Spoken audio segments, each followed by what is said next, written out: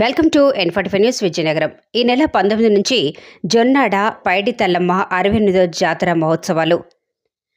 కోరిన కోరికలు తీర్చే కల్పతరువుగా పేరుగాంచిన డెంకాడ మండలంలోని జన్నాడ గ్రామంలో విరాజిల్లుతున్న శ్రీ శ్రీ శ్రీ పైడి తల్లమ్మ అమ్మవారి 68వ జాతర మహోత్సవాలు ఈ నెల 19వ తేదీ నుంచి 3 రోజుల పాటు నిర్వహిస్తున్నారు.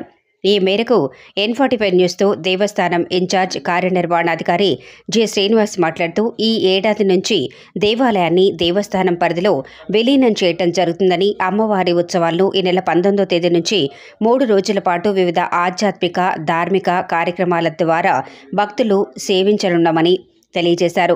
జాతరకు సంబంధించిన ఏర్పాట్లను దాదాపుగా పూర్తి చేశామన్నారు. భక్తుల సౌకర్యార్థం క్యూ లైన్లు, మంచినీటి పారిశుధ్య నిర్వహణ, దీపాలంకరణ ఇత్యాదులు పూర్తి చేశామన్నారు.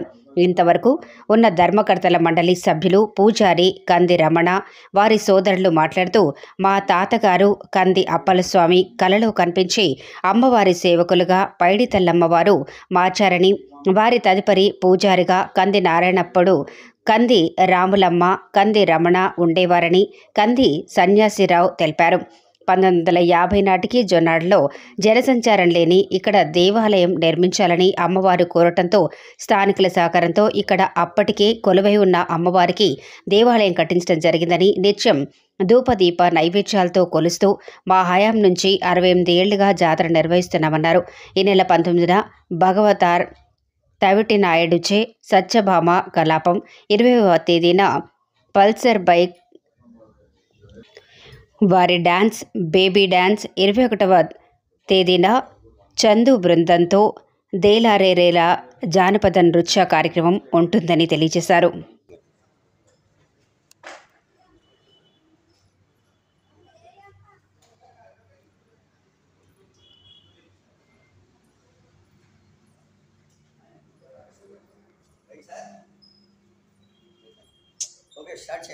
అయిపోయింది, రికార్డు స్టార్ట్ అయిపోయింది.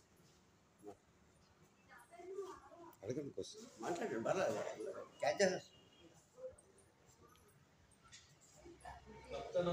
భక్తజన మహేశ్వరులకు మరియు జొన్నాడ పుర ప్రజలకు మరియు విజయనగర గ్రామస్తులకు గ్రామ ప్రజలందరికీ కూడా శుభాభినందనలు.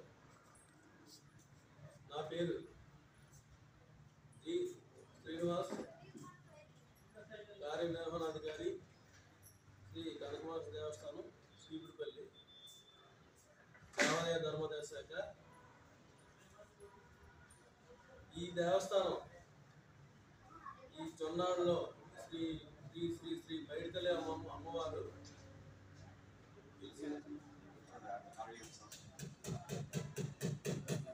గత 68 సంవత్సరాలుగా అమ్మవారి వార్షిక జాతర ఈ ఫిబ్రవరి నెలలో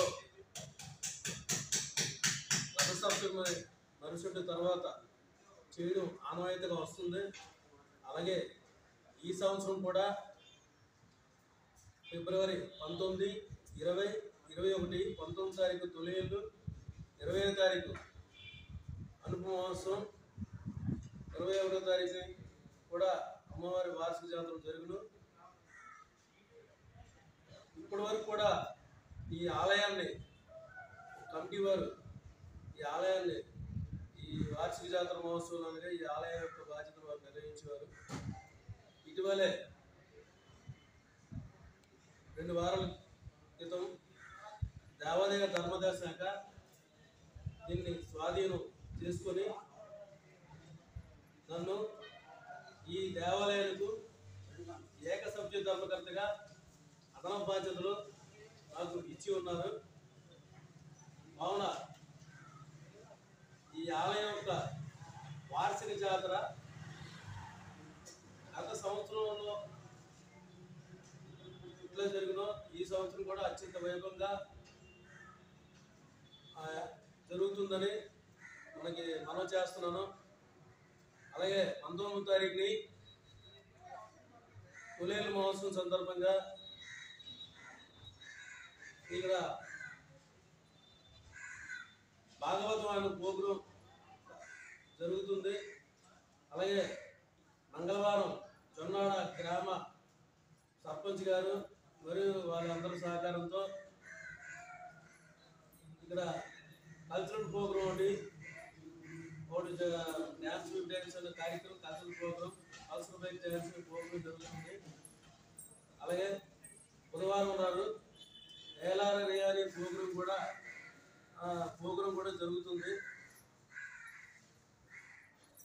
మరియు గత సంవత్సరం కంటే ఈ సంవత్సరం ఇంకా దేవాదాయ శాఖ నిర్వహణ చేపట్టిన కావున ఈ ఆలయాలకు గత సంవత్సరం ఆదాయం కంటే ఈ సంవత్సరం ఆదాయం వచ్చేందుకు ఎక్కువగా అవకాశం వచ్చేందుకు ప్రయత్నం చేయగలగలము.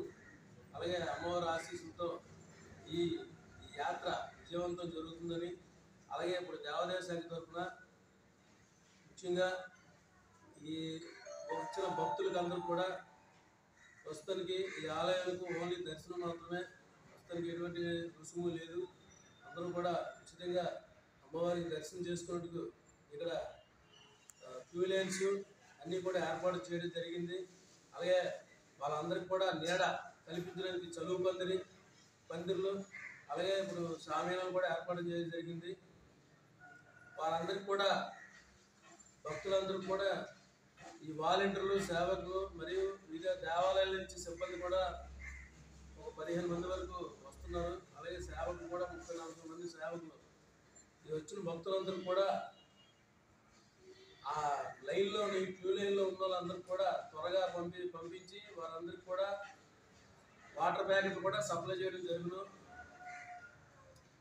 అలాగే ఆలయంలో కూడా లైన్ ఎక్కడ కూడా ఆగకుండా పంపించడానికి వాలంటీర్లని అలాగే పోలీసు వారి సహకారం కూడా తీసుకోవడం జరిగింది.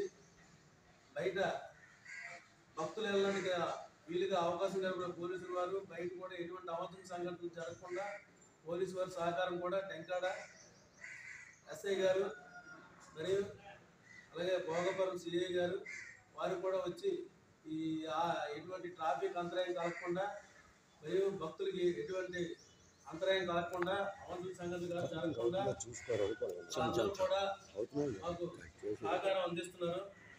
అలాగే ఈ సంవత్సరం కొత్తగా మోపాడ మెడికల్ క్యాంప్ కూడా భక్తులకి ఏర్పాటు చేయడం జరిగింది. అలాగే పంచాయతీ ఈవో గారి సహకారంతో మన జొన్నాడ గ్రామ సర్పంచ్ వారి సహకారంతో ఈ ఆలయం అంతా కూడా పరిశుభ్రంగా చేయడం జరిగింది. మన ఎండోమెంట్లో కలిసిపోయింది కాబట్టి కలిసిపోయినా మా బాధ అనిపించలేదు.